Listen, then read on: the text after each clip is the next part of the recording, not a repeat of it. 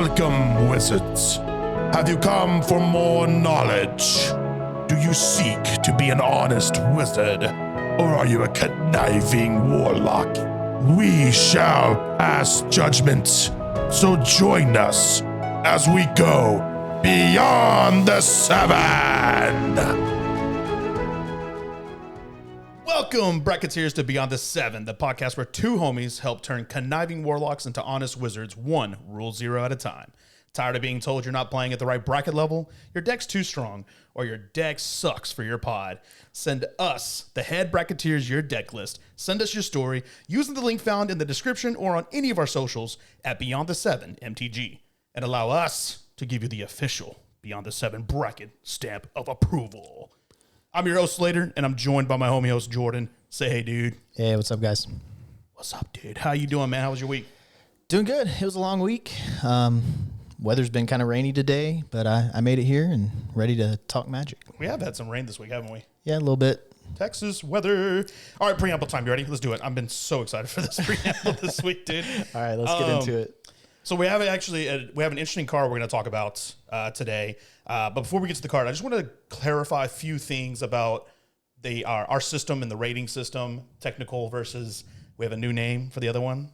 Oh, do we? Haven't told you yet. Okay, surprise. Let me put this pencil down because I'm too you know what I mean with the pencil? Everyone's like, bro, put the pencil down. Just chill out, bro. Chill out. I'll put the pencil down. So let's talk about the technical rating one more time. I just want to make things a little more clear for people so that when they're watching the episode, they have a clear understanding of this is where Jordan and I define, this is what we define the technical rating as. This is what we define the other one as that I don't want to reveal the name of yet. Just so the technical rating, is a minimum rating based strictly on the metrics of the bracket system. Exceptions are only made for decks that we find as truly being in a higher bracket for specific reasons, such as, but not limited to, decks that have more than 3 game changers already is breaking that, right? But if you have 3 game changers in MLD, you're in it. If you have 3 game changers and a lot of chaining extra turns, you're already in it. There's even situations where maybe you only have 3 game changers, but you're running and not that this is necessarily a thing on the bracket system, but I think it's a thing that we as experienced Magic players are going to be able to analyze and view and evaluate when we look at decks. But if you're running a shit ton of free spells, cheap interaction, tutors, counters, these type of things, decks, things that allow your deck to accelerate and be uninteractable, if that makes sense. Yeah, not necessarily uninteractable, but just, yeah, you have things to protect your game plan, and those things are very powerful. Very efficient. Yeah, very efficient. Yeah. That we'll know when to bracket. Basically, what we're saying is I think we're going to be good about knowing when a deck is really a 4 versus a 3. Because you can have a deck with only 3 game changers, and it's still really a 4. Yeah, and that's another thing is I was thinking about this earlier, and I was going to bring it up on the podcast, was I think some people out there also kind of have a misconception maybe of what a 4 really is. Yeah. I think a lot of people see a deck like a high 3, and they're like, dude, that deck destroyed us. That's a 4, bro. And it's like, I mean, 4s are, they can play with CEDH decks in some cases when you get to the high bracket 4, right? A nickname for 4s would be Fringe. I think Fringe CEDH is a good nickname for a 4. Yeah. Yeah. Yeah, because 4s, they're going to have all of the fast mana. They're going to have all of the tutors. They're going to have super, super efficient. When you look at a 4 in terms of a list like on Moxfield or Architect, it should jump off the page at you of okay, I can see a list of 10, fast mana pieces and counters and everything. Yeah, it's going to be obvious. There's going to be 15 game changers. I think you look at this deck, it's a 4 when you look at it and you're like, holy shit, the power level of this deck. We would be able to identify, I think. And I think a lot of people, when they see that, they think, oh, CEDH. But CEDH is even another level above that. It's like taking only the top decks or the top commanders of playing that style. And you were legitimately playing a meta-specific, you have to be playing these certain cards or you're trolling in CEDH. I think people have a misconception of CEDH being oh, I can take any like 2 or 3 mana cost commander with certain colors, and I'm going to make it this super combo deck that can win turn 1, turn 2, turn 3, whatever. And it's like, maybe. But truly speaking, if you look at CDH and competitive like tournaments where they play CDH, you're probably going to see a collective number of like, these are the most popular commanders here. And it's probably going to be like 3 or 4 that are like, these are the top commanders at CDH. Right. And they all have probably 98% similar deck lists. Right. Yeah. It's similar to when you have the meta in standard, right? Yeah. And we talked about this on previous episodes of like, you go down, you sit at the card shop, you look over across and you're like, okay, they're playing, blue black. Okay, I know this is the Jace the Mind Sculptor deck, and they're going to do blue-black control stuff. Like, I know exactly what cards are in his deck. Like, I have a list in my head knowing what you're playing based on just a few cards. Yeah. You ready for the next thing? Yeah. Okay, so we're no longer calling it the loose rating. It still has the same meaning behind it. Okay. But a friend of ours, their name's Cavi. Actually, we're going to be evaluating a deck from Cavi today. Okay. Gave me this name. And they didn't even mean to tell me it's a better name or anything. They just used this name. And I was like, oh, that sounds way better than loose rating. And that is performance rating. Performance rating. Okay. The reason why I like that a little better is we were already really kind of using the loose rating as a rating that represented the intentionality of the deck, how we think it will perform or how we think it should perform. Yeah. And I just thought that fit perfectly with what we are tying to that concept.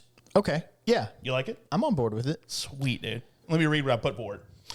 This rating is more in line with the intentionality of the deck. This rating will more closely correlate with a more powerful deck being a higher bracket level. However, high bracket level does not necessarily equal high power deck, but a high power deck does strongly correlate with being placed in a higher bracket level.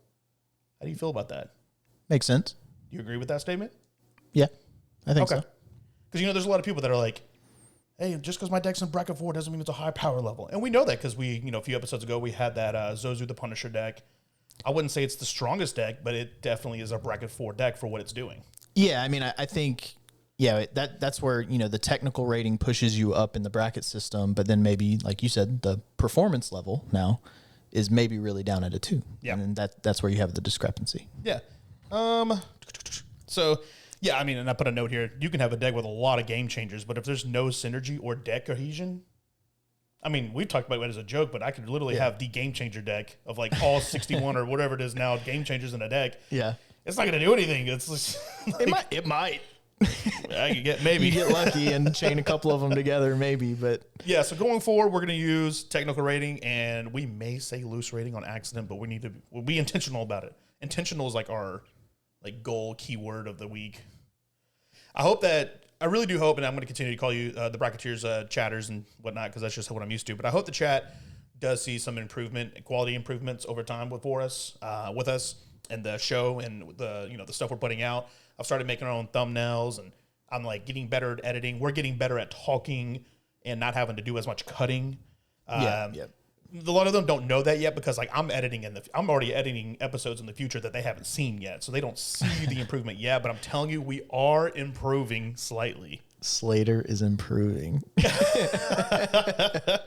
Oh, goodness. So can we talk about a certain card? Yeah. You know this card already. We're going to bring up a card, Bracketeers, that we want to talk about. And this was actually brought to my attention again by Cavi. And I did some driving this past weekend, a couple hours of driving, and the entire drive, I was just thinking about this card and whether or not it is MLD. And that card is called Choice of Damnation. So I've got the card pulled up here. I'm going to read that for everybody here. I got some notes on this card too. I hope you got something. So Troy, I don't have anything nearly as extensive as your scrolling just happened there. So Choice of Damnations is a sorcery. Arcane, and that's 6 mana, 5 generic, 1 black mana. Target opponent chooses a number. You may have that player lose that much life.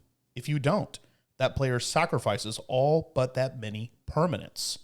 Now, I wrote an example here, or a scenario here, because it could be kind of confusing to understand what this card's doing on first read. Sure. So can we go through the scenario, kind of like a little improv session, you and me? Yeah, sure. All right, Jordan. You have 8 lands. Okay. Okay. Do I have anything else on the battlefield or just 8 lands? You have 8 lands. Good question. You have 13 permanents. Okay. I don't know what the other 5 permanents are, but you have 13 permanents on the All right, battlefield. they're all 2020s. Sure. You have 5 2020s on the board and 8 lands. I am the one casting Choice of Damnations. Okay. So I cast Choice of Damnations. I choose you. I say Jordan.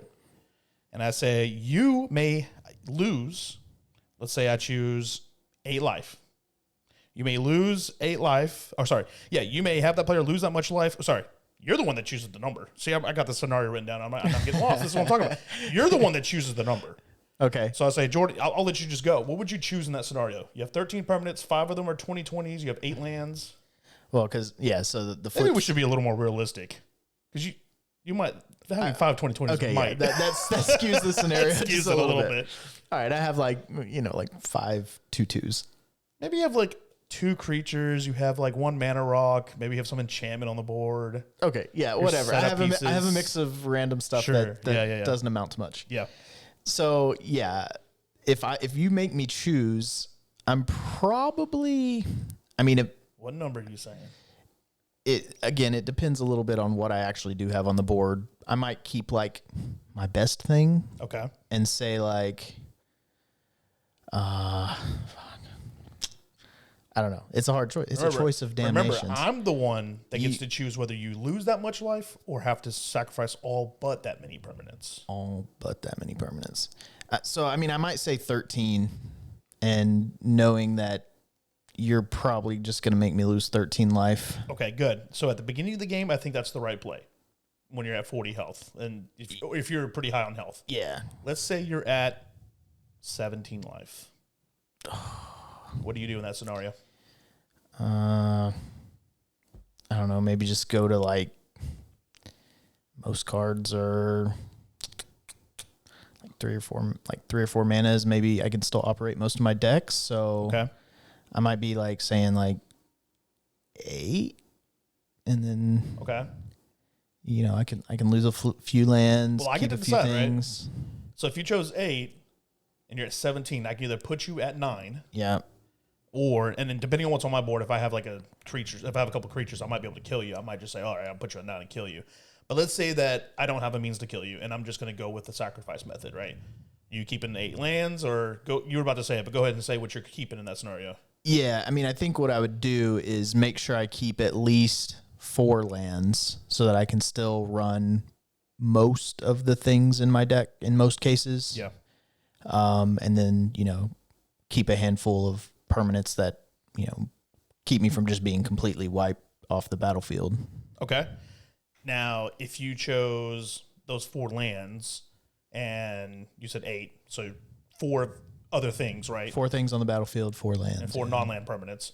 That means you technically lost 4 lands in that process. You're having to sacrifice 4 of your lands. Yeah, yeah. In that scenario, it appears to be MLD, right? It kind of comes off as, oh, you just destroyed 4 of my lands. Yeah, yeah. But you made the choice. Yeah, kind of. You see how I'm posing it? Look, I'm not saying I disagree with you or agree with you on whether this is MLD or not. I just think this is a very interesting card to talk about. Yeah, to your point, the interesting thing about this card is when you play it, it doesn't necessarily mean that I'm losing lands. Right. Yeah. But I also don't necessarily get to choose, right? Depending on the number that I pick. You're the one that chose the number. I chose the number, but there's a lot of choosing on your end here. Well, I know, but I'm just saying I chose the number, but I ultimately don't get to decide whether it's life loss or sacrifice. How it happens. Yeah. So just depending on, if you're smart with how you choose the number or maybe not smart with how you choose the number, you might be losing some lands regardless. Yeah. Yeah. So to be quite honest with you, chat and bracketeers out there, Jordan and I have actually already talked quite a bit about this card before now. He was already aware of it. We've already kind of both said that we both are leaning towards this being considered MLD. Yeah. Ultimately. Yeah. And I can reiterate kind of what I told you earlier was, and this is how I rationalized it in my mind, is I didn't struggle with this as much as you did. I think Yeah. I kind of read it. You know, I overthink things, man. I know, but I thought about it for a bit, and I was like, oh yeah, that is kind of interesting because you don't necessarily lose lands, but I do think it's MLD, and I'll tell you why. Is there's some other examples that I've come across of things that do get flagged for MLD on sites like Moxfield, etc. Architect. Yeah, Architect. And I had one of my own decks flagged, for having Liliana Dreadhorde General. And Liliana, I was playing her in my Caesar Legion's Emperor deck just because of her. She has a static ability of whenever a creature dies, or whenever one of your creatures dies, draw a card. Yeah. And so I was pretty much just playing her for that. She has some other good abilities for her, top plus and minus. And then her ultimate is ultimately what makes her MLD because she makes the opponent sacrifice half of their permanents. Yeah. And it's not non-land permanents, has half of your permanents, period. Which again kind of is like a similar thing you're choosing. Yeah. Yeah. And to take it even a step further with Liliana is in most games, you're probably not ulting Liliana. Yeah, So most of the time, you're not really doing the part of that card that makes it an MLD card. Yeah. But it does get flagged for MLD. So, and we talked about this. Most of the times you're running that card for the other two abilities. You're not even running it for the ultimate ability. Right. And so in my opinion, it's like just because a card doesn't necessarily mean you're losing lands. Yeah. It's more about if it's capable of making you lose multiple lands when it's cast. Oh God, you did it. I'm so glad you did it, dude. You're segueing into the ultimate question I have for you. Oh no. What's the ultimate question? You said it. It's capable. Capable. Thus equal to MLD. I think so. Okay. Then should strip mine fall under the same treatment? No. Because strip mine is capable. Not on its own. So it has to be capable on its own. Yes. Not involve other cards that can turn it into a system where it can do that. Yes. Okay. That's how I think of it. Is You said that and I was like, strip mine is capable in a certain situation. well, and like I said, it's enabled by other cards to become an engine to do that. I think I ultimately agree with you, by the playing way. a strip mine by itself, you can only destroy one land if you don't have anything else going on. At its bare minimum. Yeah, I agree. I'm with you on this. It's not a card I would like to see. I think it is kind of hard to say that if it can destroy multiple lands, it is MLD, because I know there's going to be a lot of haters out there that are going to comment and say, well, no, you're wrong. Stop. You're making it even harder for us to combat these landfall decks. And I get it. I totally do. I understand. Listen, out of the two of us, and he can vouch for me, I fucking hate landfall. I don't like landfall. I think it's a boring strategy. I wish there were more ways to combat it that was not mass land destruction or mass land denial. And unfortunately, we're just at the will of waiting for Wizards to print ways for that to be possible. Yeah, that's fair. I think I'm with you on Choice of Damnations being considered MLD. Yeah. But it is, caveat's very close. I know you're going to watch this episode. I just want to say I do think it's very close. And I do see a lot of people arguing things here. And I do think that if I was in a game and someone sat down and said their deck was bracket 3 and they cast this card and made an argument for it, I don't think I could be mad at that rule 0. I think it would be like I disagree with you and think it's MLD. However, I'm not going to say we're not going to play. Yeah. I don't know anybody running Choice of Damnations anyway. Right. Yeah. But no, put some other comments in the video, and just if you have other fringe scenarios like that you want us to talk about, throw some interesting cards our way, and we'll work them into the show notes. It's a lot of fun to do. So thanks for that card, Cavi. It was a good time. And this is now our time to segue into the first deck of today's show. Okay, Cavi gave me another thing that I kind of changed here. Oh, God. Dude, I know. Just listen. So instead of calling it the Deck 1 story, because that's how I've been labeling it in the border titles in our video, we're going to call it the Deck 1 Rule 0. This is kind of the rules. This is kind of like the Rule 0 of the deck. Okay, sure, yeah. I thought that was so cool. And I was like, dude, that's perfect. All right, so our first deck comes to us. Oh, go ahead. Oh, never mind. I was just going to say, this episode brought to you by Cavi, by the way. Cavi gave us a lot. Thank you. They're awesome. So Cavi, by the way, is a long, what's the right way to say? It's long-standing member of our pod. Yeah, I mean, well, so in the previous, been around for a while. Well, in the previous episode, we talked about the friend that I used to go and play Magic with when I first started, my roommate in college. Yep. All of that is Cavi. So This is I mean, Cavi. he's been one of our best friends for a really long time. Yeah. Yeah, they've been around for a while. They've played a lot with us. Their decks have usually been the very interesting decks. Definitely when they sit at the pod, it's like, oh god, what am I expecting to see from Cavi? Cavi usually brings the combo. A lot of the times, sometimes. Or has been. Maybe not always brings the combo. It's really just one like combo deck, the Sakashima deck, really, if we're being honest. So I don't know why. Yeah. Maybe I shouldn't put that label on them. But when I do see Cavi, I do sometimes in my head think immediately, is there going to be a combo here? Right. I think out of our play group, they have been labeled as the combo player more than anyone else. Yeah, they're the most likely to have that in the deck, I think. So yeah, let's go into the rule 0 of the first deck here. Cavi has given to us a deck. You know what? Maybe I will read the commander first. You made that idea. We're going to read the commander first. Does that sound good to you guys, chat? Bracketeers? They say yes. How do you know they say yes? I heard them in the headset. All right. Well, the commander brought to us today from Cavi is Winter, Misanthropic Guide. This is a 4-mana, 1 colorless, black, red, green, legendary creature, human warlock, 3/4. It has Ward 2. At the beginning of your upkeep, each player draws 2 cards. It has the ability Delirium.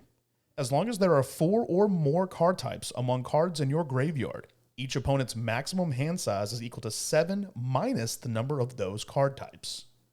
So for example, if you have, let's say you have one of the overlords in your graveyard, that's an enchantment and a creature, so that counts as 2 different card types in the graveyard.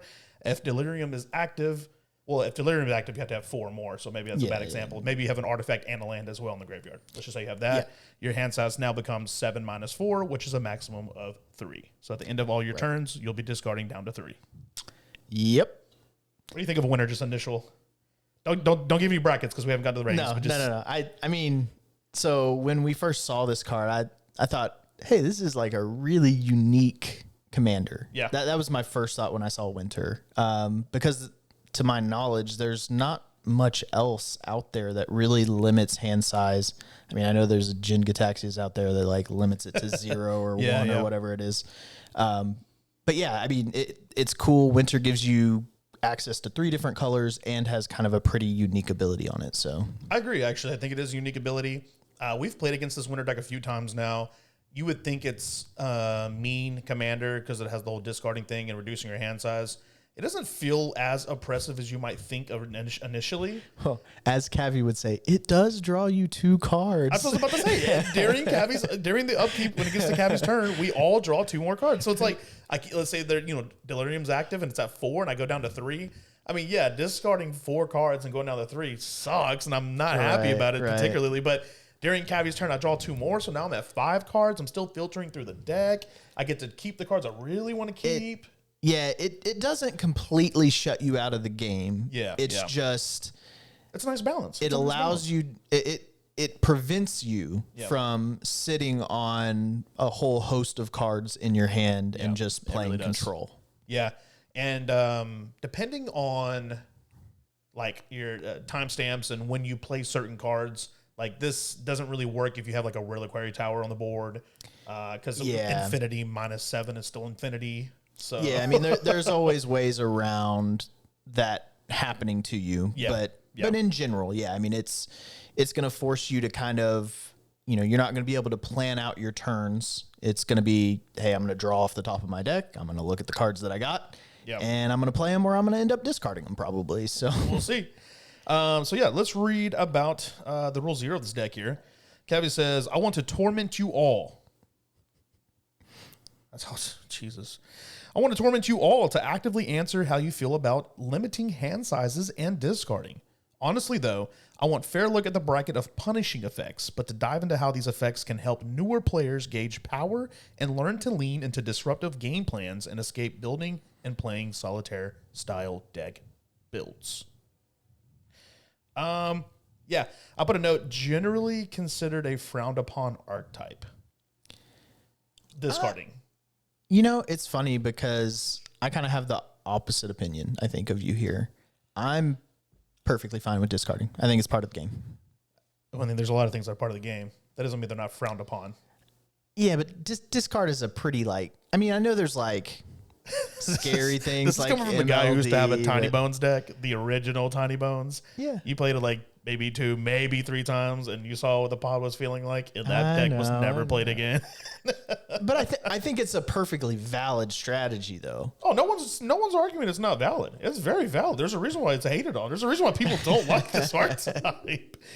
But I wanted to mention that discarding, while it may generally be, amongst the community as, coined as mean or not the most fun archetype to play with, we just said it a second ago when we talked about winter. I do think winter is a good balance between not making you discard your whole hand. You still have cards to play with. You can still get to the game. Yeah. Like you said, you put it perfectly when you said it just makes it to where you're not allowed to sit with a whole suite of cards. Yeah, and I kind of put discard into the same category as like mono blue, right? That everyone kind of complains about, right? And just having a bunch of counters. It's the whole thing of like not letting other people play their decks, right? That's why people don't like land destruction. That's why they don't like mono blue. That's why they don't like discard. They don't get to do their stuff. That's why they don't like mill, even though mill is one of the weakest.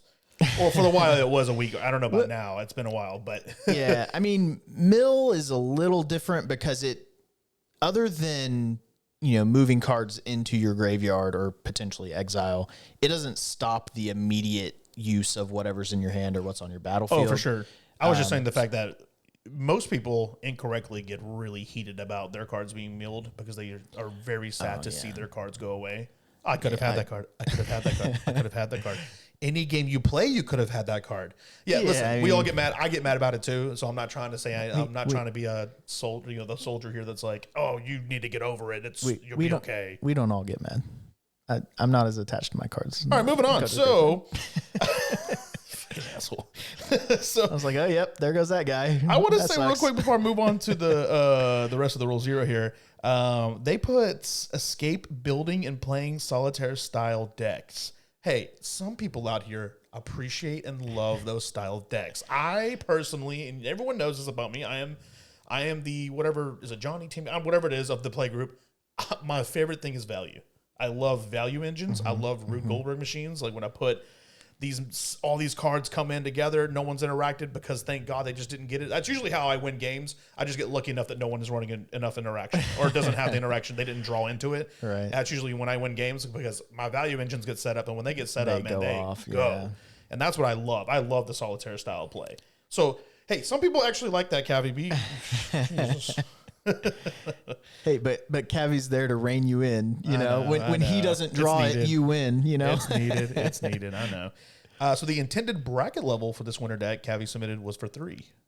Yep. 3. So we'll get into that more later. And then we got a really long goal here. The goal of the deck.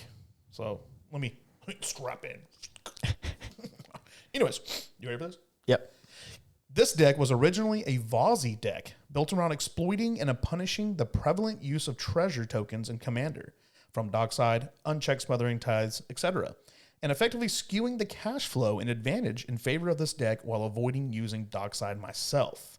So obviously, it was a Vazzy originally. This was back before the Dockside Extortionist ban.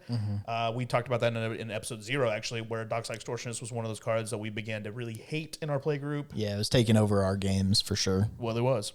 In the wake of Dockside's banning, this deck has always felt fine, but needed a shakeup due to rampant treasure use being missing. And I ended up going down the same path of thinking on finding another pain point to press. Always a pain point to press with Cavi. I was noticing the common complaints shifted from rampant treasure mana to card advantage via unchecked draw with heuristic studies and the like, and needed to brew up a way to put heuristic studies and the like, and needed to brew up a way to put pressure on the table when my opponents would not pay taxes responsibly. I'll put a note here. We are not good about being responsible. I have the same note written down. I said our play group is terrible at paying We do taxes. not play responsible. So thank you, Cavi, for pointing that out. Somebody's got to be the police, right? Asshole. In walks winner. Given an option to leverage my love of the reanimation strategies and pet cards I like while simultaneously checking the table's tendencies to hold onto too much value from draw engines. which that's what we hit on by holding those cards. By the way, when you think of Cavi, what's your first pet card that comes to mind? I have one written down already. You have one? Yeah. Just whatever first hits. Peregrine Drake. Okay. Dang, combo. You really are thinking combo. For me, it was Incarnation Technique. Oh, he does love Incarnation. That's a lot more recent than Peregrine Drake, but yeah. Yeah, Incarnation Technique is really big. Sorry, I keep digressing. Channeling my love for Prisoner's Dilemma, I utilized the table's desire to play into their own engines while shirking responsibility to disrupt their opponents by assuring everyone I can remove the advantage of sitting on value, focusing the player with the most cards to play into their advantage and passively take on an arch enemy role. Although you don't really have to do that in our playgroup because Jordan just assumes that role for free every game. I'll take it. Yeah. From there, I have multiple outs via treasure-style growth to fund reanimate packages to burst through the value of loot-style draw spells in red and manipulate the delirium count on a dime to keep the stacks of max hand size hanging over the table's head while maintaining pressure all the while. My main goal of the deck is to leverage painful and sometimes wrestling heal-like power to a table to teach new players that resources are meant to be spent.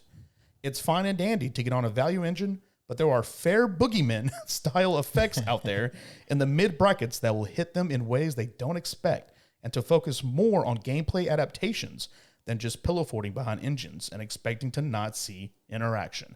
Why are you attacking me? The whole thing is attacking me. Go at him. Dude, leave me alone. Yeah, you want to give us some notes? What did you write down when you read through this? So let's see. What did I write down? I wrote down I never get to keep my hand. What a sad note. Yeah. So I have a couple like maybe high level notes before I get into the specifics of the deck. And I kind of want to go back just for a second because I did skip over something here. I did say I was good with discard. I think I have maybe more of an issue with the limiting of hand size. Oh, okay. And it's not, I'm not worried about limiting hand size. Like if it's 1 or 2 cards, that seems fine. Yeah. It's when you get to like maybe like 4+ cards where it's limiting me more than 4 cards. Well, there was the last time I had winner in the game was when I played winner. Remember we were at your house. I played winner. Yep. And I got to 7. Yeah. Y'all had no hand size. Right. Yeah. And that's when it feels oppressive. It's like, okay, Yeah. I can't keep anything. Even if I just want to keep 1 card that I can't play right now, it's gone. Right. And in case Chad is wondering, how'd you get to 7? There's no way. Think about it. You have enchantments, creatures, lands, artifacts, battles, planeswalkers, sorceries, arcanes, right? Yeah. Instants. Yeah. There's so many ways. Yeah, there's even more than those, I think. But those are the heavy hitters, right? There's a lot of out there. Yeah. So I did just want to make that point that to me, that's out of all the things that's going on in this deck, when you hit like 7 delirium and you have winner on the board, that's when it feels the most oppressive. Yeah. With that being said, I don't think that makes it, the higher tier necessarily. It's just, that's when you feel it. Oh, Jordan, perfect. You're segueing into all my notes here. Oh, I have a question. Do you think that people generally just associate mean archetypes with higher power or higher bracket levels? Yes, people absolutely do that. And I don't think that's necessarily how it should go. We did not coordinate this. He has no clue what my notes are. I have no clue what his notes are, but you're falling perfect into the plan. I'm proud of you. Oh, excellent. We're getting better at this. We are getting better. I think I agree with you. Because people are going to sit down at the table, and here's why. Because it comes down to performance rating, I think, in this situation. You start thinking about the kind of game you're looking for when you say, I want to play a bracket 3 game. You are thinking all the things you want to do, or you want to see, and not necessarily thinking of the things you don't want to see outside of the obvious, like chain extra turns, MLD, things that are in the bracket system, right? You don't think, I don't want to see discard necessarily. And then when you sit down at the table with bracket 3 and you're playing against a true bracket 3 discard deck, yeah, you're going to assume, like, what is this, man? Like, that's not what I signed up for. And then it just puts you in an angry state of mind, a state of mind where you're not really considering or thinking about what's truly happening. This is, like you said earlier, this is a thing that happens and it's part of the game. You know what the way I think about discard is, if you were to play out creatures, yeah, and then I were to pick them off one at a time using removal spells, you'd be like, oh, dang, my stuff got removed. Well, discard is just that same thing. It's just a proactive approach before they're on the battlefield. I'm hitting them when they're in your hand. Yeah. And really a weakness of a lot of discard decks is once something is on the battlefield, they could have trouble removing it because all of their removal is for your hand. Yeah. So you do need a good mix between, you know, if you go too heavy into discard, you leave yourself susceptible to just someone playing something on the field and you're like, oh, great, I didn't get it while it was in his hand. Now I'm in trouble. Yeah. Let's be clear about something, though. And, chat, I'm mainly doing this for you and maybe for me because I'm selfish. That doesn't mean that in my bracket 3 game, I want to see discard. I'm not saying that. And I understand there's a lot of us that don't want to see it. I mean, you don't want to see a lot of things, right? I don't There want to see all my creatures get wiped with a board wipe. Then why are you building that deck that we talked about that was very similar to my Kelsey deck that I cut for that reason? We're playing Magic after this, actually, and you'll be seeing that deck today. Dude, you have no chat. Jordan, I talked to you the other day. Who's the commander for that deck? Can you please share? Malik. Okay, and it's Mardu? Mardu, yes. I had a Kelsey the Plague deck. Mardu.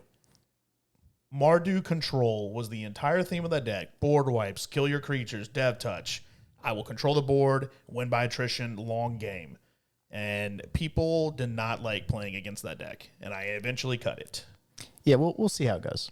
I'm not like... I don't understand you. if it doesn't work out and everybody's super salty, I'll move on to something else. But I did think it was a cool deck idea.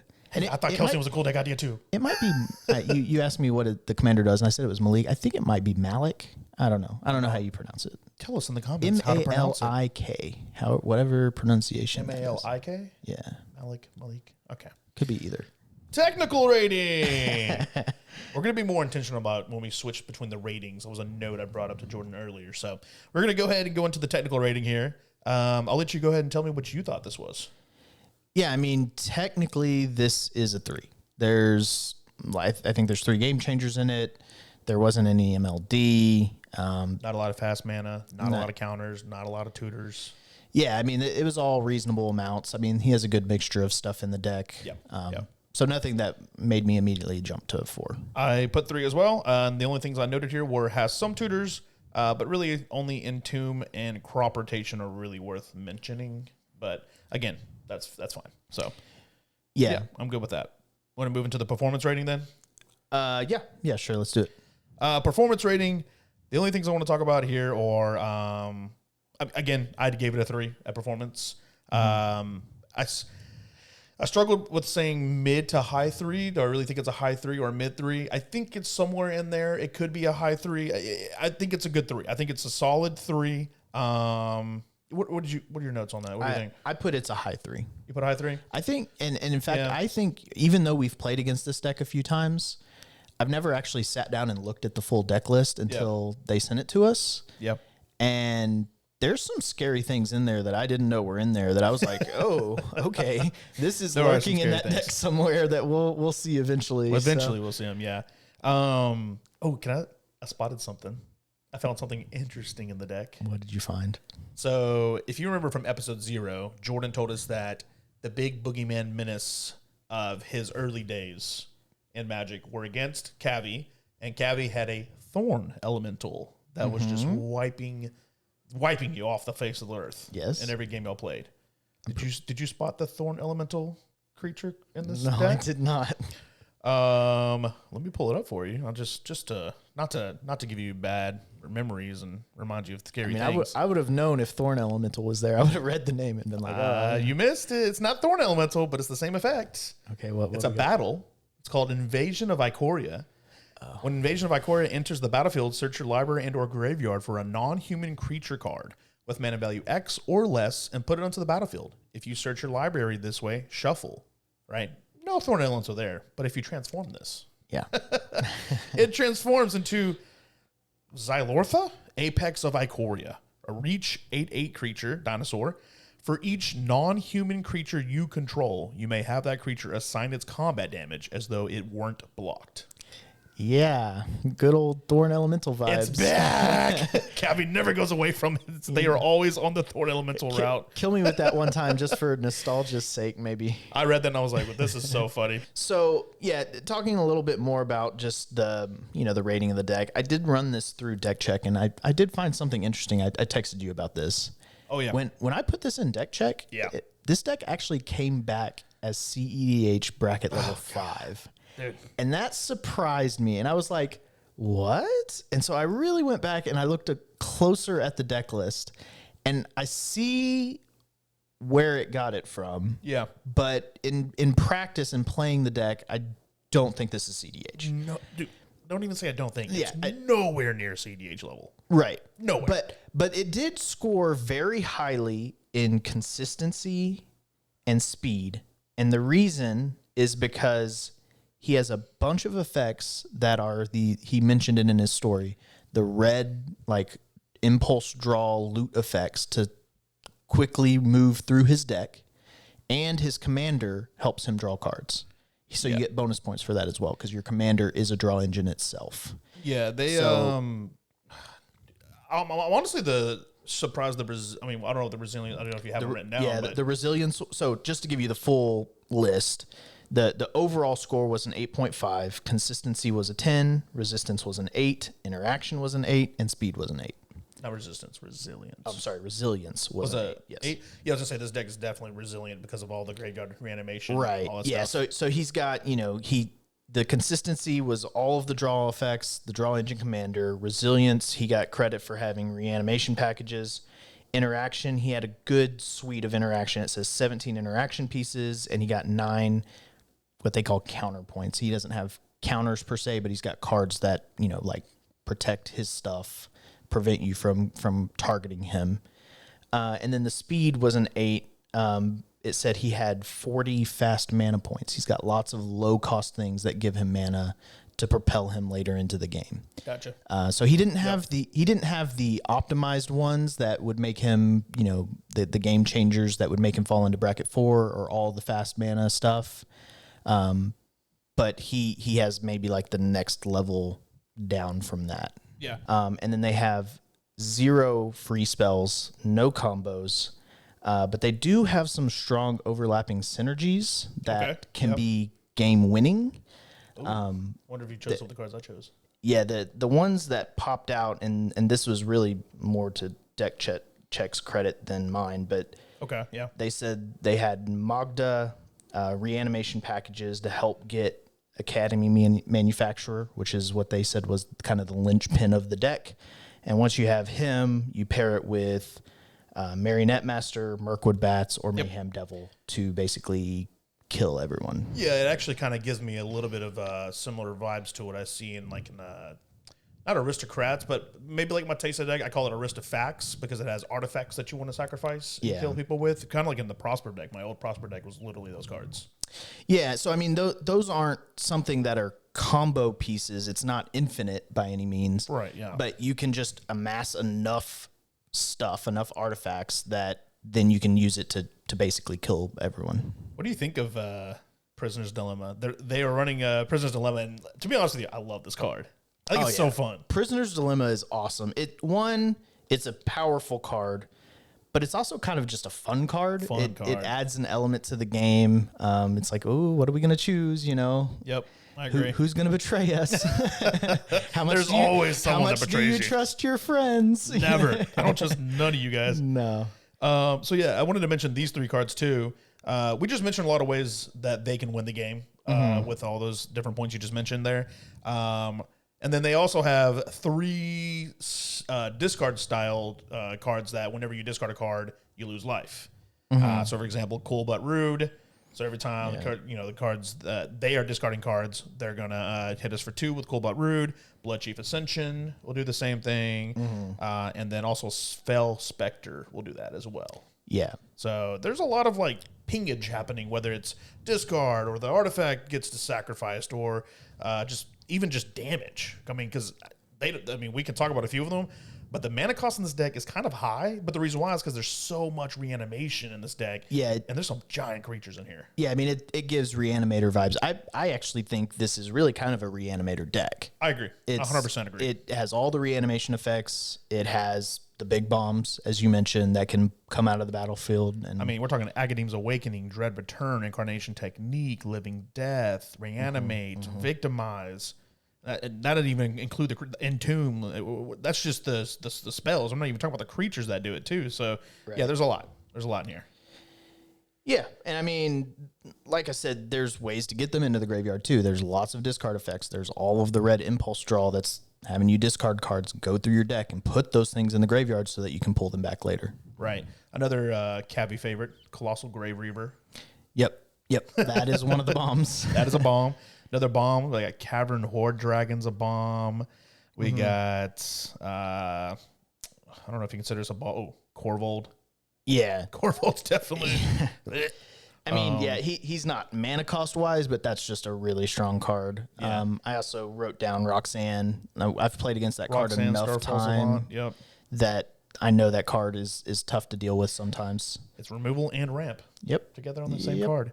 And then our favorite card that we went through a whole episode without mentioning this card. I'm so proud of us. Shield of the Apocalypse is in this deck. Valgavoth Terror Eater. Yeah, 9/9 for 9. Nothing's kind of gross. Nasty. Not to mention, and I'm actually really happy. This is really good deck building from Cavi. I think Cavi does put a shit ton of thought into the decks that they put together. Yes. And I really appreciate this. They're running the basic land cycle. Are they basic land cyclers or are they? It's funny that you say that. I wrote this down. The basic land cycling cards. I said these cards are underplayed. They're not basic. It's actually a type. It says like swamp cycling, mountain cycling. So you can go get any swamp. Right. Any So he's playing swamp cycling. He's playing mountain cycling. One of his lands does basic land cycling. And I said these are underplayed. It protects you against mana flood. Protects you against mana flood, and they are able to later in the game pull them out with some kind of reanimation. Boom! You got a 6/5 Troll of Khazad Doom. Right. Yeah, I mean, it's one of those things. It's kind of an added bonus sometimes. It's like, oh, well, and it puts a creature in the graveyard. Right. If you haven't had a creature die on your battlefield yet. Yep. Throw it in there. That could add one to your delirium count. Awesome. No, I'm with you. All right.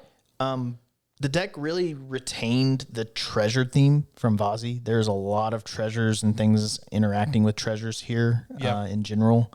And then the other thing that I wrote down was, there was lots of dual types. Okay. And again, you said Cavi puts a lot of thought into the cards he's including. Yeah. And so he did a good job including enchantment creatures, artifact lands are in this. Yep. And I mean, there's plenty of, artifact creatures and just a good Sorcery mix. Arcane. All the battles that you mentioned earlier are in here. And so, But you did mention that there's one missing that maybe we can add. yeah, so I did have some recommendations here of, just potential things that you might consider. And I said, Planeswalkers is kind of a big one. And they didn't have any Planeswalkers in the deck. So I actually took some time to look and see if there were any Planeswalkers that were worth including, because maybe they looked at them and just said, nah. I didn't do that. What do you got? Tell me what you got there. Yeah, so I have Lord Windgrace. Okay. No, pause. I know how you feel about Lord Windgrace, but he discards cards.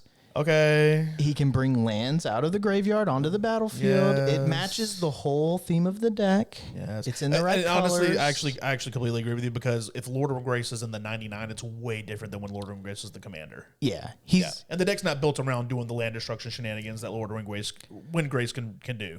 right. And so and I like Lord of Windgrace because it's like, if you play Lord Windgrace, are you just going to let it sit there? Like, no, you're going to have to try and get rid of it. And if you get rid of it, then it goes to the graveyard and you get a delirium count.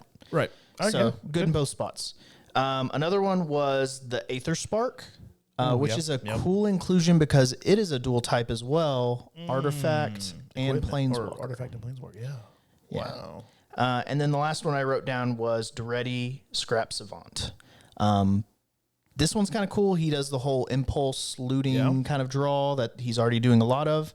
And as we said earlier, Academy Manufacturer is one of the linchpins of the deck, and Duretti can bring that back. Feeds it, yeah. So if you ever find yourself with an Academy Manufacturer in the graveyard and you have Duretti, you can pull it back on the battlefield. You ready to give the official stamp? Yeah, I think I'm ready. So I think we're going to do it this way. I'm going to announce that we're doing it, and I'm going to continue to do the countdown, and we're just going to say the number in the mic at the same time. Is that cool with you? Yeah. So we're going to move on to the official Beyond the 7 bracket stamp of approval. And for this deck, we're going to give it a 3, 2, 1, 3. So we are in agreement today. No executive decisions for this episode. You know, we've only had to do that once so far. Yeah, that's pretty good. It's pretty good, actually. And with that said, you know what comes next. Judicatus Bracketorum! Wow! R2's here with the wizard hat, Cavi, and you know what that means. You have been deemed an honest wizard. Congratulations. Congratulations. All right, so moving into a new piece I've added before we go on to deck 2, we're going to call this Framing the Rule Zero. Basically, we're going to give you what we think could be some points of consideration, talking points if you want to say it that way, for your Rule Zero if you were to go play with a random group of people and you wanted to talk about your deck. I wrote here, I would probably say it's important to mention that your deck can lead to hand sizes becoming 0. Yeah, I mean, I think that's going to be obvious for the commander. I mean, you show him the commander, you explain what that means. Right. If winner and or can lead your hand size could definitely go to 0 if winner and or the graveyard is left untouched. So if there's no interaction, which you could say about a lot of decks, if there's no interaction, things are going to get bad.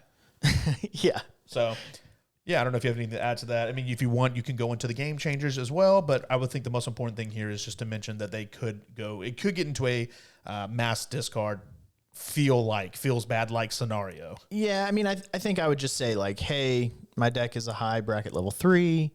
I can limit hand size. I do have some big bombs in here. I'm going to be, doing some reanimate shenanigans. And yeah, I have some discard and other than that, it's a pretty well balanced deck. That was another note that I actually had here was I just thought this was a really well constructed deck. Yeah, it is. And I know you mentioned it earlier that Cavi puts a ton of thought into their decks, and it shows. I thoroughly enjoyed going through the deck and seeing some of the card selections and thinking like, oh, that's a great idea. I didn't think about it. Well, think about it. We don't really have many cards to suggest. We talked about the Planeswalker just to help you get another type, but yeah, and you may not even want that one. Like that could have been just a personal choice. Right. So yeah. Awesome. All right. So congratulations to you, Cavi. You're an honest wizard. And now it's time for deck 2's Rule Zero. This one I'm excited about. I took a lot of notes on this one. I have a lot of card suggestions, and I think you have way more fun with the winner one. I think I'm gonna have way more fun with this one. You know what's funny though is so you had mentioned to me in a previous episode when you were learning like to edit and things and putting the card images up on the screen. Yep. I was like, oh, Slaytyr's gonna hate this one, bro, because I got some cards to suggest for you. So you got a lot of editing to do for this one. Luckily, I will say, since that episode where I mentioned the whole cutting back on cards that are referenced, unless they're like big hitters, I will say that that was when I had only edited like 2 videos, or 1.5 videos. I've gotten a lot better at it, and I've speeded up the process has sped up a lot since I've started. So it's really not that bad, or not that hard. That doesn't mean we can go crazy, but cool. Well, I'm gonna hit you with some rapid fire ones here in a minute.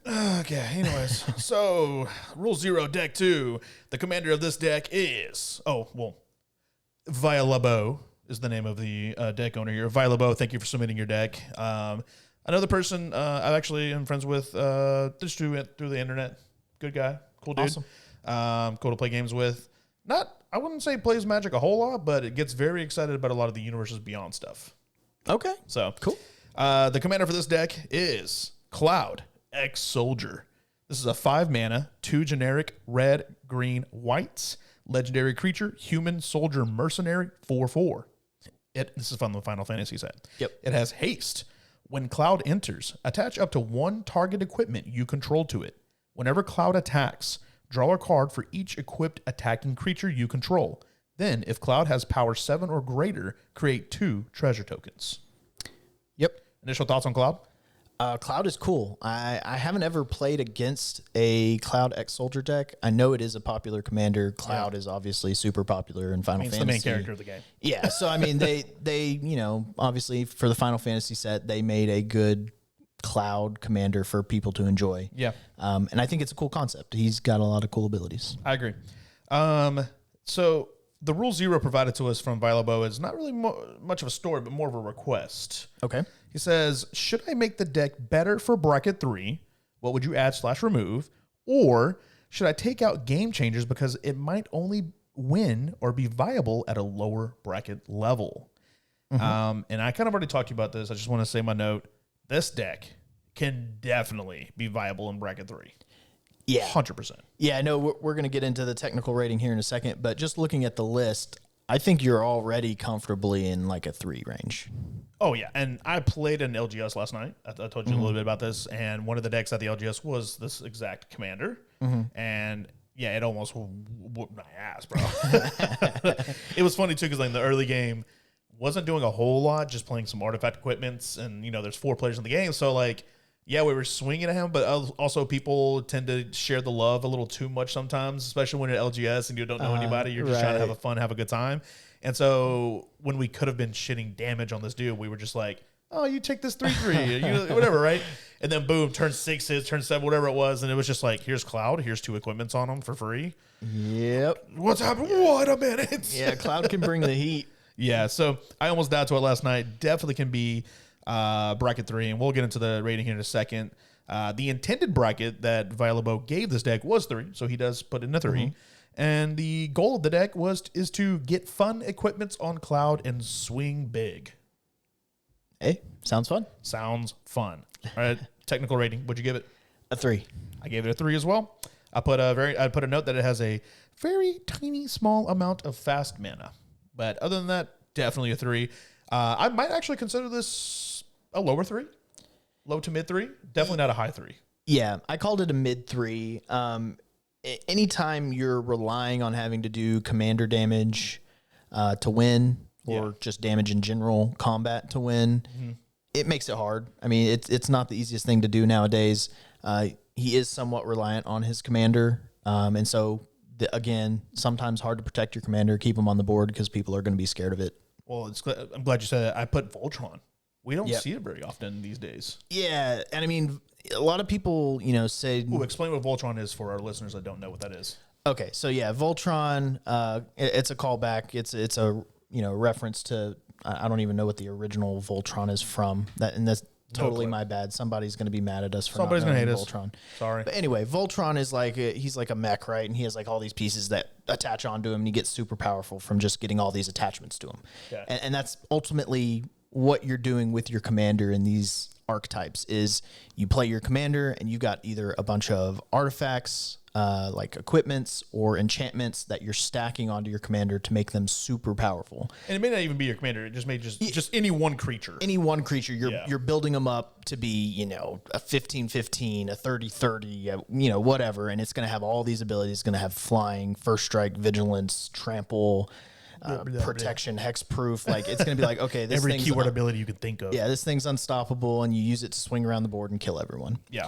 Most commonly, it happens with your commander because there's the rule for commander damage, 21 damage from a commander, and you die. Yeah. So it's easier to kill someone with the 21 damage from your commander usually than having to do 40 damage, to their full health if you're not using your commander. Yeah. We've had our fair share of Voltron decks throughout the years. You and I both have had iterations of a Voltron commander. I think everyone who's been in Commander long enough knows the weaknesses of Voltron. Yeah, I mean, the biggest thing is you spend a lot of time protecting your commander because it matters so much. And so when you're building your deck, you have to dedicate a lot of card slots to just protecting your commander and not advancing your game plan, but just protecting what you do have on the board. Because if you lose it, it's devastating in most cases because it takes forever to get them back out, put equipments back on them, etc. Cool. So we're good with the technical rating. Let's move to performance rating. We really start talking about everything here. I know we have a lot of things to talk about in this one. Just from the bat, I'm going to go ahead. Performance rating. I do feel like this deck that you currently have, the version you currently have it in, is a 3. And I think we're going to give you suggestions that are going to keep it at a 3, but make it a higher 3. Yeah, I think you can easily get this to a high 3. If that's what you're aiming for. Right. If you're aiming for a mid to low 3, you're in a pretty good spot. Yeah, I think you're right at a mid 3 right now. Yeah, I agree. With the list that you have. I don't know if this shocked you, but looking at the game changers that Vilabo included, I was a little bit shocked. I wouldn't expect to see a Mox Diamond as one of your game changers. And here's the reason why. Is it a mana ramp piece? Yes. However, what we really need to consider when we look at our decks and when we deck build is what does that turn that you're really aiming for, this is the turn. This is the turn where I come in full blazing control. There's a name for it. I'm not sure what people use as the name for that turn, the phrase for that turn. But it's like the optimal turn. It's like the optimal turn of like, this is where things go in my favor, and I go wild with, you know, what my deck's trying to do. Okay, yeah. And your commander's a 5-drop. It's a 5-drop. It's a 5-mana commander. Usually with a 5-mana commander, it's viable. I mean, it's super viable to run 2-mana ramp, even 3-mana ramp, which I know that gets frowned upon a little bit when you're talking about high threes. But if the 3-mana ramp piece has like a lot of synergies with your deck, then it's definitely viable, and especially 2-mana rocks. So I put on here, I think the Monk's Diamond could be dropped for another better game changer. I have like a list of 2 game changers I think are better. And I think we need to run things like 3 visits, Nature's Lore. Dude, okay, we're on the same wavelength here, because I literally had a note that said, let's run 3 visits, Nature's Lore. Oh, and before you say other cards, this person does proxy. We're just letting the chat know they do proxy. Continue. Excellent. So 3 visits Nature Lore instead of some of like the talismans that are in the deck. Yep. Because you're already going to have a pretty high dependency on your artifacts being destroyed because you're playing a lot of equipments. Yeah. So don't lose all your mana base when they destroy all artifacts. Yeah. You know, like at least keep your mana base up and have it be, you know, in the form of lands. You're in green, so you have plenty of options to go land ramp with actual lands on the battlefield so that doesn't get destroyed and derail you. You could even get away with running. And maybe this is not what you see at a high 3, but I still think it's perfectly viable and perfectly fine, especially because you're running some basic lands. You can run Kodama's Reach. You can run the Cultivate. It's 3 mana. You have a 5-drop commander. They fit in the curve. Yeah, yeah. And to your point, that I actually had this note as well, was think about the turn order and how you build your deck on what do you want to be doing on turn 1? What do you want to be doing on turn 2? Right, yeah. Et cetera. And most of that's dictated by your commander. Cloud, in this case, is a 5-drop, so you want to play him a turn early on turn 4. Right. And he comes in with haste. He can have an equipment attached to him, so by turn 4, you want to have him on the battlefield with an equipment on the battlefield and have it being attached and swing. And ideally, this could be difficult to do as I was looking you're through about it. to go into what I was about to say. Hopefully that equipment can give him 3 power so that he's hitting that 7 mark as well and getting you 2 treasures. That's the optimal. And then to take it even a step further, beyond that. yes, the 2 treasures that you get, if you're capable of doing that, run protection spells that are 2 or less to protect him when it goes around the turn cycle so that you get to swing again. Synergy. So think about that and use that to inform your card choices of what equipments are you playing. Put a premium on things that give him 3 power. Right. Put a premium on protection that's 2 or less. Put a premium on ramp that can be either turn 2 or turn 3 to get you to cloud by turn 4. Okay, let's talk about that then, because I added a few cards in mind that I had that I want to suggest to you, Violabo, because at the moment there's not many things that get you to that 7 power. I don't know if you noticed that. Yeah, I did look and I was like, ooh, okay, yeah, Really it's lacking. harder to do than I initially thought. Well, harder to do with the deck he currently has. There are enough equipments out there to get you to that 7. Yeah, And some of these are actually really good. So I got 4. I'll name these 4. I'm curious if it's the same ones I have written down or not. You may have other ones. Loxodon Warhammer. Okay. Equipped creature gets +3/+0 and has trample and lifelink. Excellent. Trample and lifelink. A lifelink is definitely gaining life in Commander is very underrated. Although I believe that statement is now becoming probably overrated. I think most people are now seeing that in Commander, but the lifelink is huge. Well, and again, this is especially true in a Voltron style deck. You may only have Cloud on the board, like 1 or 2 turns, and you're going to be wanting to swing with him. Oh, true. So you're saying. Yeah. You're going to be completely open unless you have Vigi. And so, unless you have vigilance from some other source, gaining 7 life might be a matter of, okay, I'm going to take 3 damage from him and 4 damage from him and 2 damage over here. Yep. And that feels a lot less bad when you just gain 7 life and use that as blocking or protecting yourself, your life total with that life gain. Yeah, and that's a 3-mana artifact, so you definitely can play it in the curve before you get to. I made sure to pick some of the cheap ones. The next one I have is Forebear's Blade. So Forebear's Blade is another 3-mana artifact. Equipped creature gets +3/+0 and has vigilance and trample. Whenever a equipped creature dies, attach Forebear's Blade to target creature you control. That piece maybe not the most important. If you have another creature, it's cool. But again, another 3 mana artifact that gets you to that 7 power. It gives you the Vigi, which is really nice. And again, a trample. Yep. Did you have that one on your list or no? I actually did not have that one on my list. That's a good one though. Did you have Logs on Warhammer? I did have Loxodon Warhammer. Okay, Yes. so we're 1 for 2. Uh-huh. Okay, here we go. What else Next you one I got? have. Hand of Vecna. Oh. 3 I don't have this one mana, either. 3 mana artifact. At the beginning of combat on your turn, equipped creature or a creature or remember, the equip cost of this is 2, but whenever a cloud enters, you can for free equip an equipment onto him. Yeah, right? we'll revisit that in just a second. Okay. So at the beginning of combat on your turn, equipped creature or a creature you control named Vecna, so in this case Cloud, gets +X until end of turn, where X is the number of cards in your hand. Oh, I More see. than likely, you're going to be hitting the 7 with this. Yep. And what's really interesting is the equip cost on this. It does have equip 2, like I just said, but it also has another equip cost. If you want to put another artifact on him when he enters the battlefield and put this one on him as well, this one has the option to pay 1 life for each card in your hand to equip it. So if you're hitting that turn where you want to drop him turn 4, you put in a free equipment on him, and you wish you could just put 1 more equipment on him, but you don't have any mana. No, but like seriously, right? You're gonna find equipment. There's equipments out there that have like alternate costs for the equip costs that you can do for free, and you could really have an explosive turn out of nowhere because of the free equip cost or the mana efficient equip costs of some of these artifacts. And I just really like this card because, one, are you going to pay a lot of life to maybe do this? Yeah, you might, but you're also about to get a big giant creature that's going to give you your draw, give you your 2 treasures. It's going to have haste. You're going to punch someone really big with a lot of damage here. Yeah. So yeah, just another one I really liked because it's going to more than likely it's going to be added with some other artifact that same turn it comes in. Yeah. You didn't have that one, did you? No, I didn't. Do you have any more? One more. One more. All right. Excalibur, Sword of Eden. Yes. You have this one? I did jot that one down. Yeah. Okay. So I know I said I was going to look for low cost, low mana value equipments, and people are probably screaming at me, Slaytyr, that's a 12 mana artifact. But hold on, just pause. This spell costs X less to cast, where X is the total mana value of historic permanents you control.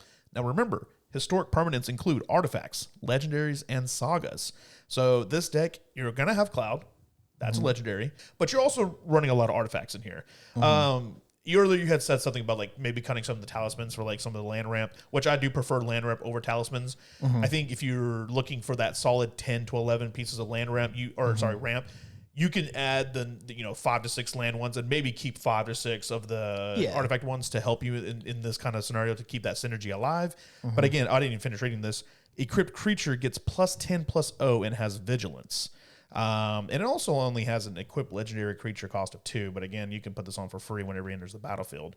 But yeah, the idea is that you're going to get that 12 mana to something much more affordable and a bit cheaper to play. Attach this, clearly make it over the 7 mark with the +10/+0, and the Vigi's huge. Yeah. So you went with more of the Swiss Army knife vibe. I went with more of a hammer vibe, literally with Colossus Hammer.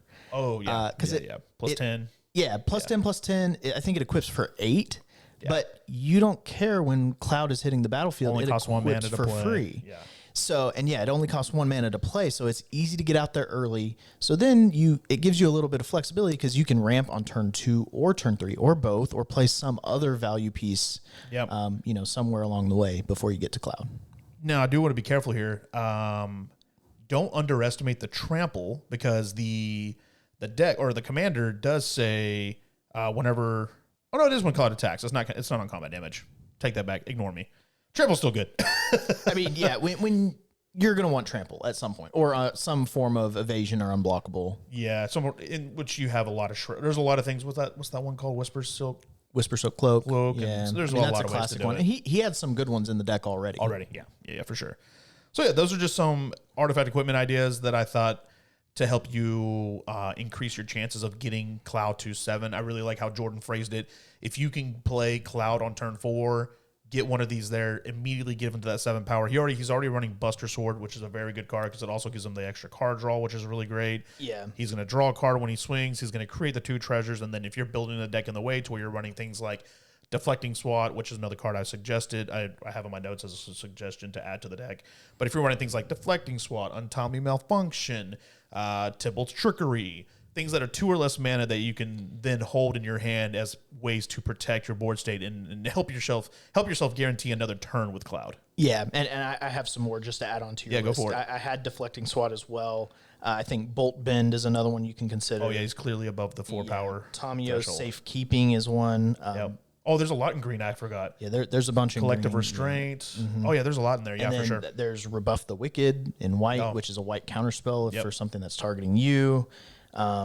There's even Giver of Runes and Mother of Runes, which aren't necessarily protection spells that you have to play at instant speed, but they're good because you can put them out early on turn 1 when maybe you don't have anything else going on. Agreed. And then you can protect Cloud that way. Which, honestly, what we might suggest to Violabo is maybe check out some of those Voltron-style decks on Moxfield. If you go look for Voltron Commander, you could just Google Voltron Commanders and find a lot out there because you'll see a lot of these cards we're suggesting in those deck lists. For sure. You'll probably get ideas that we miss and don't even mention.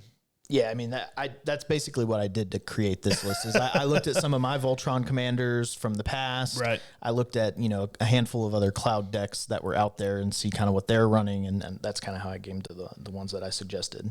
I did have another issue with this deck though. What's up? That I think is big and we need to bring up. There's not enough card draw. Oh.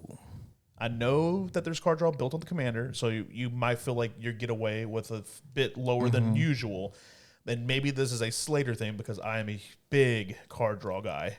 Yeah, I am too. I try to run like 15 minimum pieces of card draw in my decks. I don't even care if it's on my commander. I'm going to run a lot of card draw.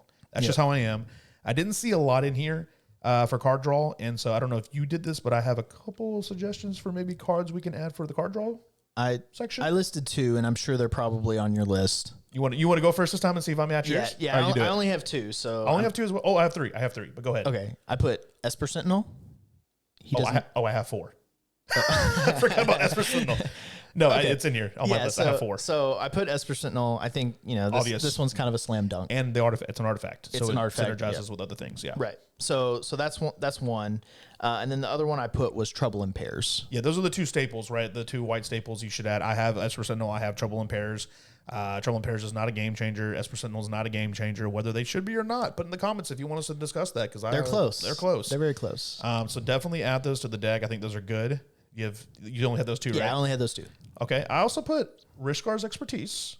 Okay. Yep. Okay. Now I know this is a 6 mana sorcery, but I'm thinking of the turn after you play Cloud. If you have that 2 mana up for the protection, you get to the next turn. If Cloud's already in a state where it's big enough, or you're already like, I wouldn't say one-shotting, but almost one-shotting, or maybe after that first turn you are in one-shot potential, you might be able to get away with spending a turn to spend 6 mana because you already have enough mana to play Cloud, right? So you're going to have mana left over even after this, and you're going to create 2 more treasures. Let's say you didn't even have to bust those 2 treasures because no one had anything. You're still stacked on mana. So if you drop this 6 mana card, and I'm gonna give it to you at its bare minimum, which is just 4, right? Because it's a 4/4. If you play this with the Cloud on the board, no equipments, no boost to its power, you're paying 6 to draw 4 and then cast a spell for free out of your hand with mana value 5 or less. And I like this a lot. So more than likely, Cloud's not going to be 4. More than likely, Cloud's going to have a bigger power. Right. Yeah. You're going to draw more cards. 6 for 4 cards. Whatever. But then with the free spell, this is your opportunity to drop another big artifact equipment that's going to explode. Make Cloud, even scarier. Those treasure tokens that you have that maybe you didn't have to use, or whatever 1 or 2 more mana you have left open, can be used to equip this equipment still. I think it fits really well in the curve. I think it's going to draw you a shit ton of cards, and just allow you to progress your game really fast, or even further. And then the second one I put in here, and this one, I can see why some people are kind of sketchy about this one, but I added Hunter's Insight. Yeah. You like that card? Yeah, I mean, I think it makes sense in a deck like this where you might have, a big, powerful creature. Well, let's read it. So, choose target creature you control. Whenever that creature deals combat damage to a player or planeswalker this turn, draw that many cards. Yep. And it's an instant. So you can wait. You can swing with Cloud. Let's pretend Cloud. if Cloud is 5 or 6 power, you're swinging it at a new player that hasn't been hit by Cloud previously, they may elect to just say, oh, I'm going to take that 6 because I don't want to lose something, or maybe they don't have any blockers because you have some kind of evasion. Before combat damage, after, during the blocker's priority stage, you can cast 100's Insight at instant speed, give it this ability after they've declared no blocks or have no blockers to block you with, and then draw all those cards. Yeah, there's a little bit of risk reward involved in just, if they were to remove Cloud then at instant speed. Because they could respond to the 100's Insight. Right. So things can happen to where it doesn't go through, but in my opinion, worth the risk for 3 mana to potentially draw, upwards of like 10 cards in some cases. In some cases, yeah. So, yeah, we had the same. By the way, I'm not kidding. See, I had Esper. Yeah. I had Trouble in Pairs. Yeah. I figured we did. Just a couple of ads there. Did you notice that he's running 40 lands? I did, and I think I know where you're going with this. I have a couple suggestions here as well. Go for it, yeah. Let's hear it. I think, if you run 40 lands, one, you're running enough lands, which is good. I think I would even we usually cut to 38. 38's in general. Yeah. So you could potentially lose just a couple lands just for other cards that, maybe some of these that we suggested. Yep. And then the other thing is you can run MDF. Especially if you're adding the card draw. Yes. If you're adding the card draw pieces, you can afford maybe 1 or 2 more. I for sure would cut a land for Esper Sentinel. And I would for sure cut a land for Trouble in Pairs. 100% agree. Yeah. Yep. But then I think he has the opportunity to run MDFCs. I don't know if you noticed that he did not have any MDFCs in his deck. Good point. I didn't pick that up. Yeah, and so you can run these cards, and they can potentially count towards your land count. We're big fans of MDFCs in our pod. We love those cards. Yeah, and so the nice thing is they count towards your lands, but they protect you from having too many lands to where you're just having to play a land and pass. Oh, God. Can we talk about some of our favorites? Yeah. So, since you brought it up. Yeah, so the 2 that I specifically think... Is one of them my favorite one? Yes, Sundering Eruption. Oh, I love that card, dude. It's especially good in this because it gives Cloud a way to get through. Yes, I love that card, man. So check out Sundering Eruption.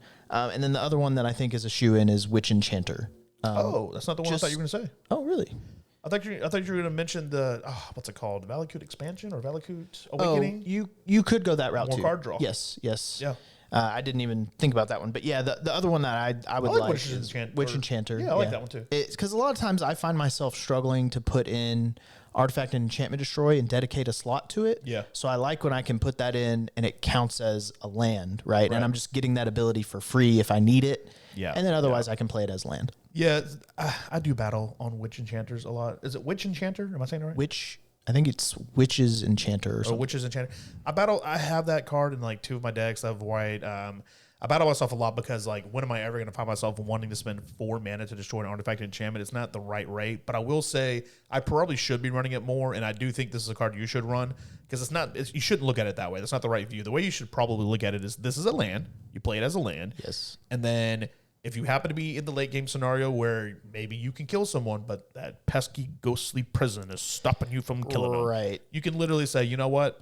Not the right rate for what I want to do, but I can win the game here. It's worth it. 4, boom, blow it up, kill him. Yep. And I was of the same opinion. I was like, Witch Enchanter, if I'm playing it as a 4 mana cost 2/2 that blows up something, like that's not really a great creature. Yeah. But more often than not, I find, if that comes up late game, like it's still always relevant. Yeah. Like I can usually, there's usually something on the board that I want to get rid of. So if I don't have anything else to do, let's play a Witch Enchanter and blow something up. Not the most ideal scenario, but technically Witch Enchanter is another body in case Cloud becomes too expensive as well. So that's fair. Some slight amount of synergy there if you want to look at it that way. Yep. There are some equipment tutors. Mm-hmm. There are some tutors, but they're the equipment focused ones. It's fine. Not a whole lot. It's fine. And then I put this in here. Violobo, are you seeing enough equipments in your game? Did you question the number of equipments he has? I did actually. Too few? I think maybe potentially a couple few. I think I might add 1 or 2 more. Maybe a handful more. Yeah. Maybe add some of the ones we suggested. And I didn't really do a whole lot of like considerations of things to cut, like other than maybe 1 or 2 lands. But you need more than that if you can add those draw spells too. Maybe some of the creatures or some spells. I don't know, but yeah, I looked at it and I was like, man, are you are you getting? They're good equipments. The sword ofs are good equipments. You don't have to cut them. It sucks that they're one power short of getting you to that. I know. To that point, but I just don't know if you have enough equipments. I want to see more. No, I think he should definitely keep the swords though. Yeah, I agree. Because they give you protection from colors. That's evasion and protection. And a lot of the swords he's running have a lot of draw on them too. Yeah. So those were all good. While we're on the topic of, we talked about Witch Enchanter and that being some removal. I did have some removal suggestions as well. Yeah, let's hear it. Just in general, I think you could run Unexplained Absence. That's one that I run in almost all of the white decks that I have, just for the fact that you can get rid of something from every player. Is that because of me? Did I get you on that? Yeah, I think you started me off on it. And it's funny because I put it in every white deck, and then I stopped putting it in every white deck. And I think I should go back to putting it in every white deck. Yeah, it's just good because it's not a single target removal.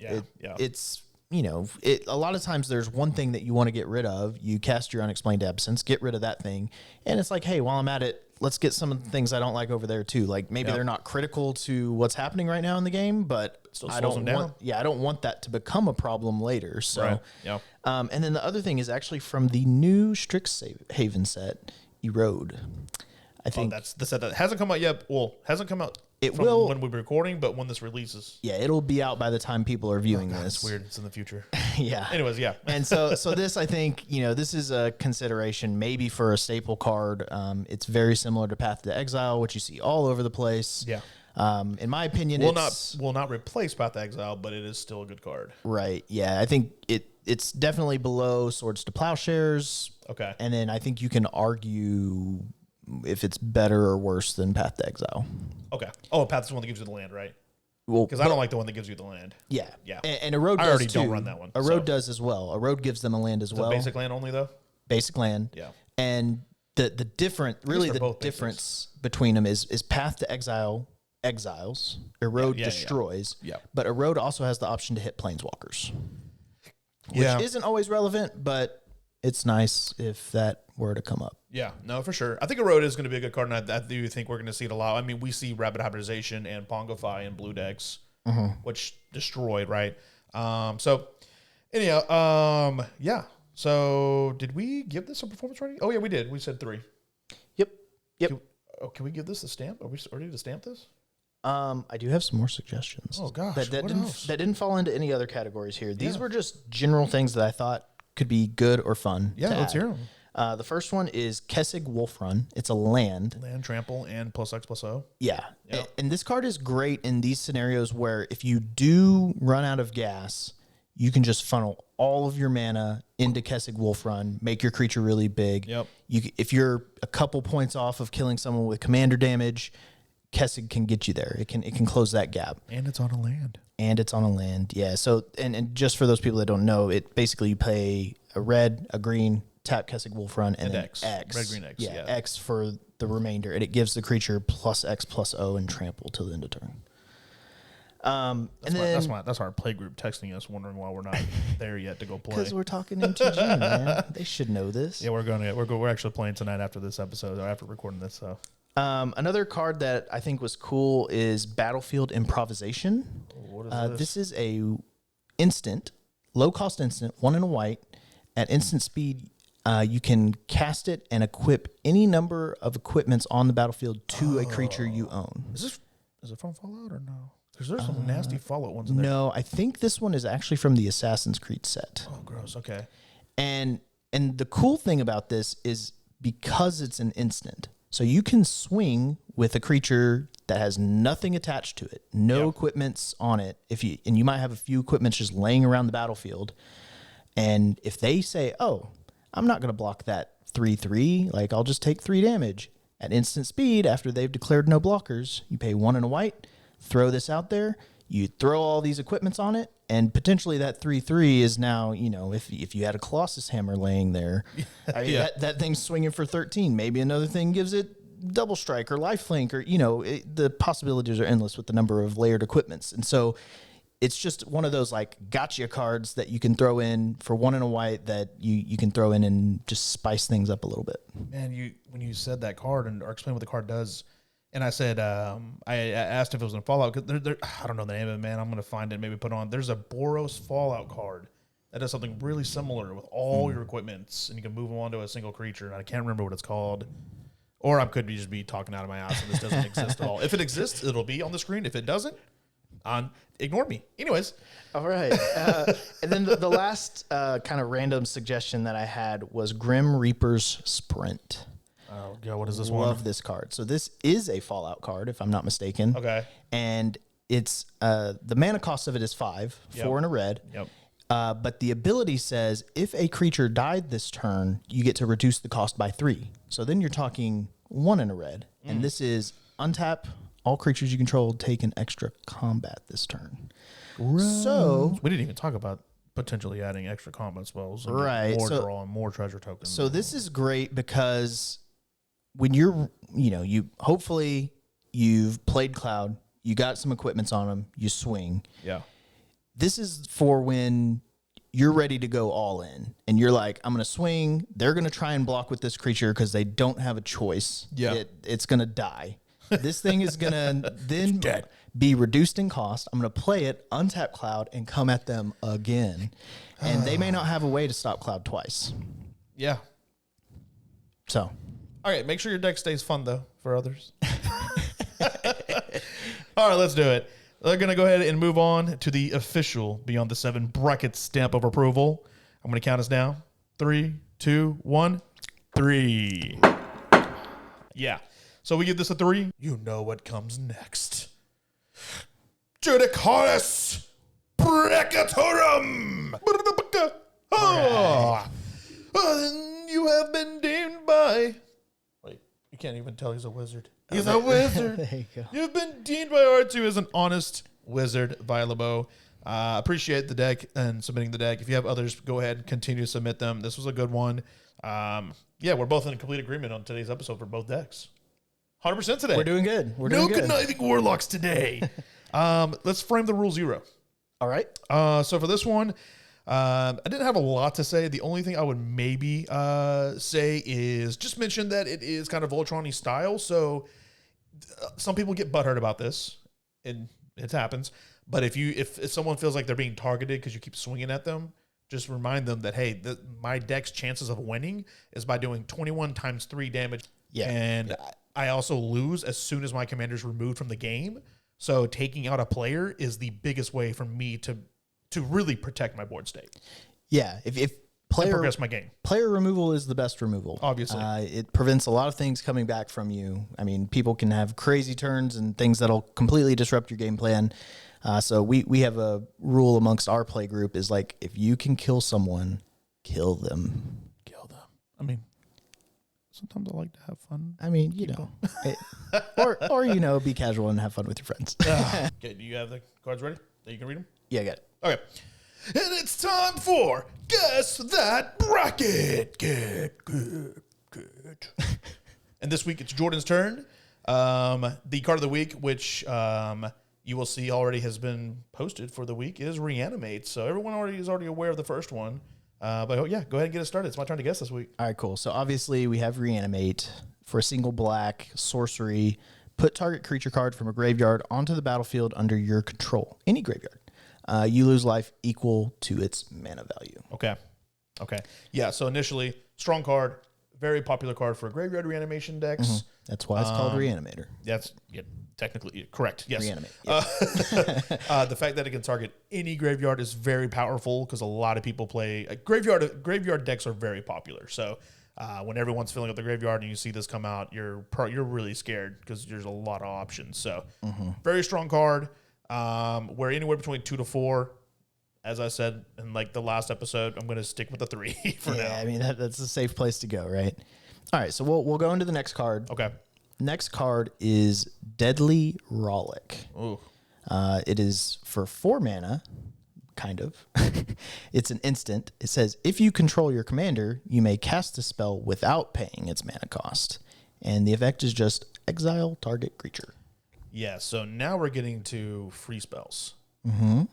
Free spells are normally, not always, but normally a good indicator of a higher power level deck. I'm now moving the gauge from a high 3 to low 4, which is exactly what I did last time we had this. And I thought you were tricking me with the whole VV thing. But that's where I'm at right now. It's definitely, I know that it requires your commander to be on the board, but if I'm being honest with you, I consider Deadly Relic a very powerful card. I think it's, in a lot of cases, almost better than like Swords of Plowshare and Path to Exile because it's usually free when you play it, and it's an exile effect. So, yeah, I'm going to go with high 3 to low 4 here. Okay. You ready for the last card? Ready. Oh, and wait, what was the first card again? A Reanimate? And she gave me 2 black cards. So right now, all I know is that mono black so far. Yep. Okay. All right. I didn't do you any favors there, by the way, because the next card is Palantir of Orthonac, which is a 3 mana cost legendary artifact from the Lord of the Rings set. Oh, gosh. It says, at the beginning of your instep, put an influence counter on Palantir of Orthonac and scry 2. Then target opponent may have you draw a card. If that player does not, you mill X cards, where X is the number of influence counters on Palantir of Orthonac, and that player loses life equal to the total mana value of those cards. Okay. And how much mana was that card? 3. 3. Okay. Oh, you know, it's funny you say that. I was going to mention this to you earlier in the week, but I didn't think I'd have to. But I think I purposely make sure to include all the colors so you know the colors of the deck. I know. Yeah. I was going to tell you that we need to do that so we at least know the color combinations, but that's okay. Do you want me to give you? I can give you the. Let me try without. Try without. And then tell me, okay. And I'll tell you the color combination afterwards and see if it changes your mind. Okay. Ooh, you mean before you reveal what bracket it actually is? Yeah. I'll give you one more shot at it after. So give me an initial guess. Okay. The thing about the card that I don't know how to pronounce, but the artifact that you named at the end there, I've seen that card in play. It's actually a very good card. I like that card a lot. The only thing is it's not a fast card at all. You have to build the influence counters, and that builds one per turn, one influence counter per turn. It's 3 mana. It triggers at the end step, so it does trigger the turn it comes in, which is usually a good sign. Scrying is it scry? Yeah, it's scrying 2, right? That's always good.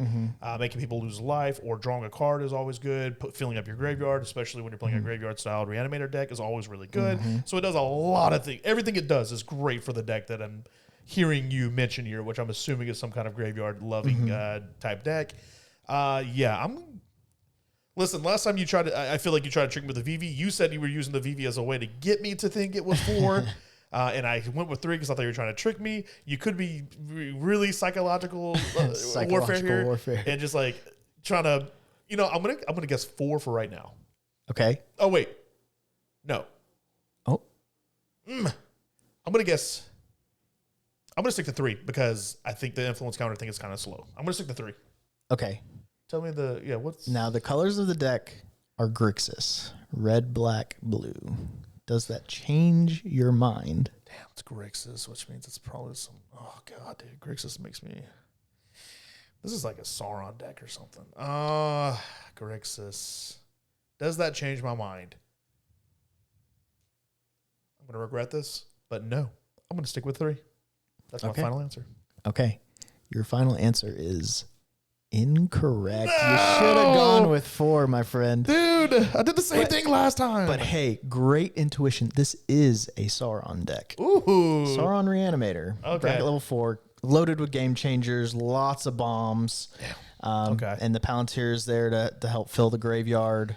No, and I'm not saying that deck can't, or that card can't be in a bracket 4 deck. It most certainly can. It's just, that was a good one for you to throw in there because it definitely makes me think, ooh, slow down. It's a bit slower when it comes to the number of counters. It does do something the turn it comes in, which is good.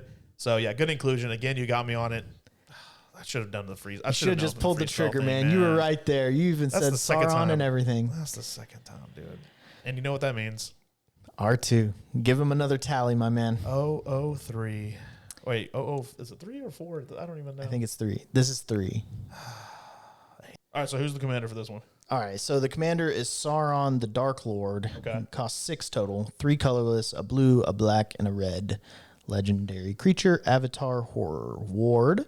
Sacrifice a legendary artifact or a legendary creature, which is kind of gross. Yep. Whenever an opponent casts a spell, amass Orcs 1. Also kind of gross. Yeah. And whenever an army you control deals damage to a player, the ring tempts you. Whenever the ring tempts you, you may discard your hand. If you do, draw 4 cards.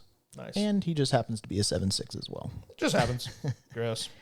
Well, Jordan, good 3 cards. I really appreciated that one. That was another good one. You got me again. The same damn style. All right, Bracketeers. That brings us to the end of this episode. If you want the Head Bracketeers to give your deck the official Beyond the 7 bracket stamp of approval, be sure to find the submission link in the description or across all social medias at Beyond the 7 MTG. Share your story with us. If you haven't already, please think about subscribing to the YouTube channel and or giving us a 5-star rating on Spotify, as this will help us grow and craft better Rule Zero conversations around the world. You like that one? That might be a little overly dramatic. Just a tad bit overdone, maybe. I just thought it was really good because I tied in. And with that, we've passed our judgment this day. Thank you for gathering, Bracketeers. And yes, we know your deck is indeed a 3. Do the peace thing. Peace. Fuck.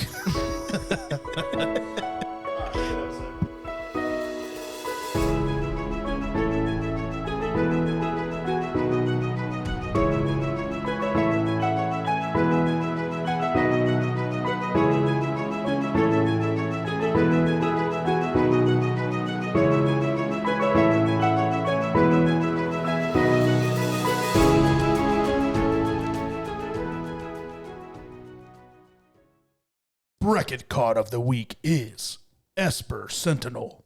Go forth, Bracketeers. The gathering awaits your verdict. And my mom, she watched the first video.